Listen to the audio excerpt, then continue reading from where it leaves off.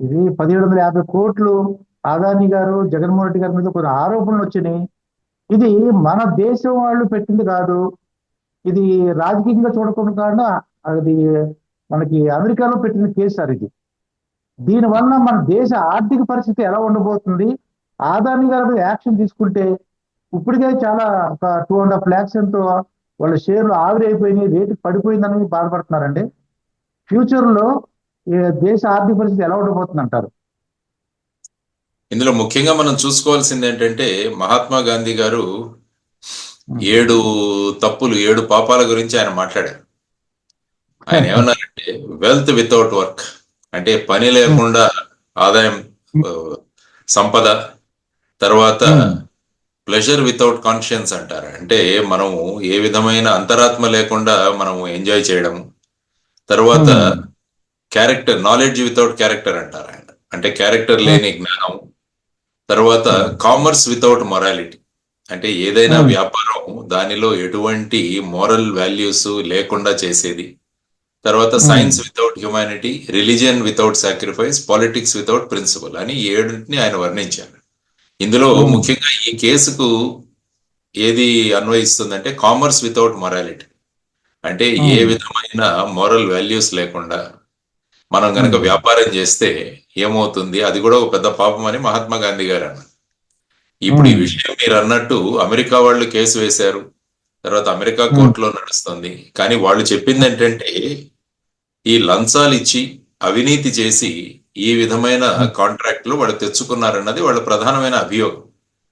ఉమ్. అంటే ఆ లంచాలు ఇచ్చింది ఆ 5 రాష్ట్రాల్లో ఉన్న గవర్నమెంట్ కు సంబంధించిన వ్యక్తులకు వాళ్ళు ఇచ్చారు అని చెప్పేసి అందులో ఉల్లేఖించడం జరిగింది. ఉమ్. అంటే మనం ముఖ్యంగా మనం ముందు చూసుకోవాల్సింది ఏంటంటే ఈ ఏదైతే మనకు వ్యాపారం జరుగుతుందో ఆ వ్యాపారం సరళంగా ఉమ్. ఉందా, లేకుంటే ఉమ్. అది పారదర్శకంగా ఉందా, దానిలో ఉమ్. మొరాలిటీ ఉందా అన్నది చూసుకోవాలి. కాబట్టి ఇప్పుడు రేపు డబ్బులు ఇచ్చేసి ఎవరో ఒకరు బ్రిడ్జ్ కట్టారనుకుందాం ఫర్ ఎగ్జాంపుల్. ఆ ఉమ్. బ్రిడ్జ్ లో క్వాలిటీ బ్రిడ్జ్ కడితే అది కూలిపోతే ఏమవుతుందంటే రేపు మీరైనా ఉండొచ్చు ఆ బ్రిడ్జ్ మీద, నేనైనా ఉండొచ్చు, ఎవరైనా ఉండొచ్చు. ఉమ్. ఆ అవును. తర్వాత మీరు యాక్చువల్ గా బాంబేలో 1993లో బాంబ్ బ్లాస్టులు జరిగాయి. ఉమ్. బాబరీ మసీద్ సంఘటన తర్వాత 1993లో దావూద్ ఇబ్రహీం ద్వారా బాంబ్ బ్లాస్టులు చేయబడ్డాయి అక్కడ 13 చోట్ల. ఉమ్. సుమారుగా అవునండి. 200-300 మంది ప్రజలు ప్రాణాలు కోల్పోయారు. ఉమ్. దానిలో ముఖ్యంగా ఒక కస్టమ్స్ అధికారి 25 లక్షల రూపాయల లంచం తీసుకొని మహారాష్ట్రలోని కోస్తా ప్రాంతంలో ఆర్డిఎక్స్ అన్నదాన్ని ల్యాండింగ్ అవడానికి ఆయన ఓకే అన్నాడు. ఉమ్. అంటే మనం ఏం చూసుకోవాలంటే మనం చేస్తున్న విధానంలో మనం ఉమ్. ఏం చేస్తున్నాం, అవినీతి ఉందా అన్నది ప్రధానంగా చూసుకోవాల్సిన అంశం. కాబట్టి మీరు ఉమ్. అన్నట్టు ఆయన ప్రపంచంలోనే పెద్ద billionaire, one of the richest persons in the world. Um. కాబట్టి అటువంటి వ్యక్తి ఈ విధమైన విలువలు ఉమ్. లేని వ్యాపారం చేస్తే దాన్ని అందరూ కూడా ఖండించాల్సిన అవసరం చాలా ఉంది. అవునండి. తర్వాత ఈ గవర్నమెంట్ అఫీషియల్స్ ఎవరైతే ఉన్నారో అందులో ఇంకా పేర్లు అయితే వాళ్ళు ఏమీ మెన్షన్ చేయలేదు. ఉమ్. ఎవరైతే ఈ గవర్నమెంట్ అఫీషియల్స్ ఉన్నారో వారందరూ కూడా జీతాలు తీసుకుంటారు. అంటే అవునండి. ప్రజలు కడుతున్న పన్నుల్లోంచి వాళ్ళకు నెల నెల జీతాలు వస్తున్నాయి. వస్తున్నాయి. మరి ఆ. అటువంటి వారు ఈ విధమైన లంచాలు తీసుకొని రేపు ఉమ్.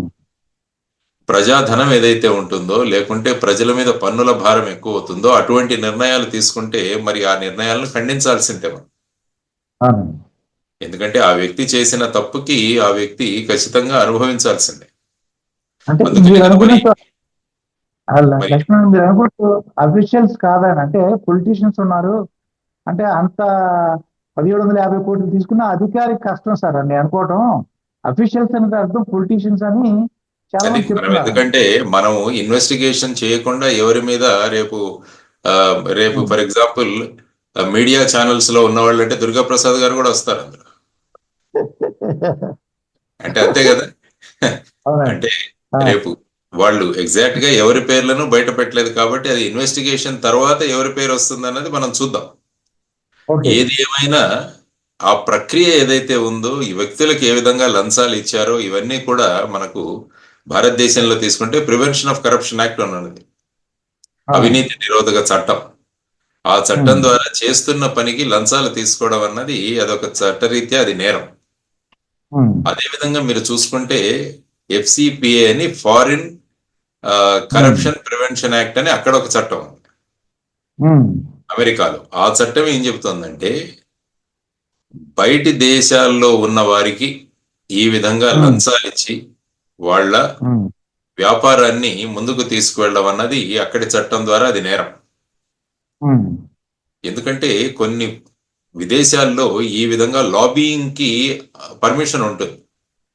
ఉమ్, అంటే లాబింగ్ చేసుకోవడానికి లీగల్ గా కొన్ని చోట్ల పర్మిషన్ ఉంటుంది, కానీ అక్కడ ఉన్న చట్టంలో ఏంటంటే ఫారిన్ ఉమ్, కరప్షన్ ప్రివెన్షన్ యాక్ట్ లో బయటి దేశాలలో ఉన్న గవర్నమెంట్ అఫీషియల్స్ కానీ లేకుంటే ఉమ్, ప్రభుత్వంలో ఉన్న వారికి కానీ ఈ విధంగా లంచాలు ఇచ్చి అవినీతి చేసి ఉమ్, ఆ విధంగా ఉమ్, వ్యాపారం చేయడం అన్నది ఆ చట్టం ప్రకారం నేరం. అందువల్ల ఉమ్, అక్కడ ఉన్న యుఎస్ డిపార్ట్మెంట్ ఆఫ్ జస్టిస్ వాళ్ళు ఒక కేసు వేశారు అక్కడ. ఉమ్, అంటే సుమారుగా 2200 కోట్ల రూపాయలు. అందులో అవునండి. వాళ్ళు 5 రాష్ట్రాల గురించి మాట్లాడారు. ఒకటి ఉమ్, ఆంధ్రప్రదేశ్, తర్వాత ఉమ్, వచ్చేసి ఒరిస్సా, తమిళనాడు, ఛత్తీస్గఢ్ మరియు జమ్మూ అండ్ కాశ్మీర్. ఇందులో అవునండి. వాళ్ళు ప్రధానంగా చెప్పిందంటే సుమారుగా 1750 కోట్లు ఆంధ్రప్రదేశ్ కు వెళ్ళింది అని చెప్పారు. అవునండి. తర్వాత అంటే అందులో నాకు ఫారిన్ అఫీషియల్ అని కూడా అన్నారు. ఎవరైతే మే 2019 నుంచి జూన్ 2024 వరకు ప్రధానమైన భూమిక పోషించారో వారు ఉమ్, అన్నది కూడా అందులో మెన్షన్ చేశారు. ఉమ్, సో దానివల్ల ఆ సమయంలో ఉన్న వాళ్ళు అఫీషియల్సా లేకుంటే పొలిటీషియన్సా అన్నది వారు ఉమ్, ఏ విధమైన సాక్ష్యాధారాలతో మన దేశానికి అందిస్తారన్న దాని మీద ఆధారపడి ఉంటుంది. దానికోసం ఉమ్, మన దేశం వాళ్ళు ఏ విధంగా ముందుకు వెళుతున్నారన్నది కూడా చూడాల్సిన అంశం. అంటే మీరు ఒక పార్టీ అధినేతకు నేను అడుగుతున్నా సార్. మీరు అంటే ఉమ్. ఒకవేళ యాక్షన్ చూసుకుంటే, అదాని గారు యాక్షన్ మీద తీసుకుంటే మన దేశ ఆర్థిక పరిస్థితి కొద్దిగా ఇబ్బంది పడుతుందేమో అని నాకు అనిపిస్తుంది సార్ అది. అంటే ఆర్థిక పరిస్థితి అంటే దేశం యొక్క గౌరవము, దేశం యొక్క ఉమ్, రెప్యుటేషన్ కూడా చాలా ముఖ్యం. అవునండి. అంటే ఈ దేశంలో లంచాలతో ఏదైనా చేయొచ్చు అన్న భావన మిగతా దేశాలకు వెళితే ఆ దేశం మన పట్ల చిన్న చూపు చూస్తుంది. ఉమ్, అంటే ఒక వ్యక్తి యొక్క ఆర్థిక పరిస్థితి ముఖ్యమా, దేశం యొక్క పేరు ప్రతిష్టలు ముఖ్యమా అన్నది మనం ఆలోచించుకోవాలి. ఉమ్, ఎందుకంటే ఒక వ్యక్తి పైకి వెళ్ళొచ్చు కానీ వామ మార్గాలు అనుభవించి అవలంబించి పైకి వెళితే అది నిజమైన మార్గం కాదు. ఉమ్, ఇప్పుడు టాటా గురించి మాట్లాడుకుంటాం, రతన్ టాటా గారి గురించి మాట్లాడతాం, జంషెడ్జీ టాటా గారి గురించి మాట్లాడుకుంటున్నాం, మనం టాటా సంస్థల గురించి మాట్లాడుకున్నాం, చాలా గర్వంగా మాట్లాడుకుంటాం. అవునండి. రతన్ ఉమ్, టాటా గారు చనిపోయిన రోజున దేశం ప్రతి ఒక్కరు కూడా మన ఇంట్లో ఎవరో మన బంధువులు పోయినట్టుగా ఫీల్ అయ్యారు. అవునండి.